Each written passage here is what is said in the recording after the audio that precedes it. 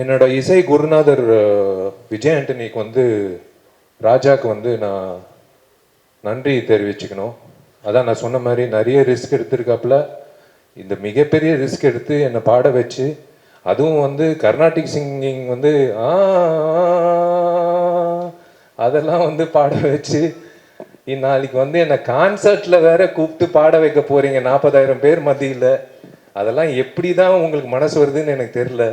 எந்த தைரியத்தில் பண்ணுறீங்கன்னு எனக்கு தெரில. எனக்கே புரியல. நாளைக்கு ஜாக்கெட் போடணும், நாளைக்கு வந்து பயங்கர ஷைனி ஜாக்கெட்னா, யோ நான் என்ன மைக்கேல் ஜாக்சனா இல்லை என்ன? நீ வேற ராஜா என்ன பெஸ்ட் ஃப்ரெண்ட் வந்து கூப்பிட்டாப்புல ஒரு 2 வரி பாடுறேன், நான் ஃபுல் பாட்டு பாடுறேன். ஏன்னா அந்த பாட்டு வந்து இட்ஸ் பிகம் அ ரேஜ்.